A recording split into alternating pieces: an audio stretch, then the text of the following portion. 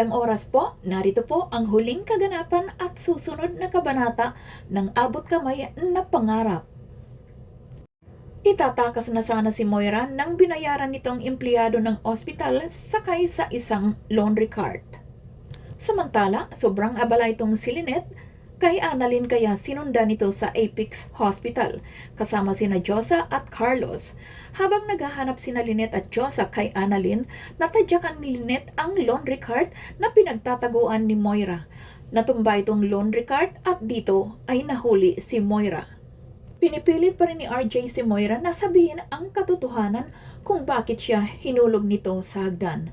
Dito ay pinagsigawan ni Moira na si Zoe ang dahilan kung bakit siya nahila at nahulog sa hagdan. Sabihin na nga kaya ni Moira ang katotohanan na hindi si RJ ang tunay na ama ni Zoe, kundi si Carlos. Abangan ang susunod na kabanata ng Abot Kamay na Pangarap.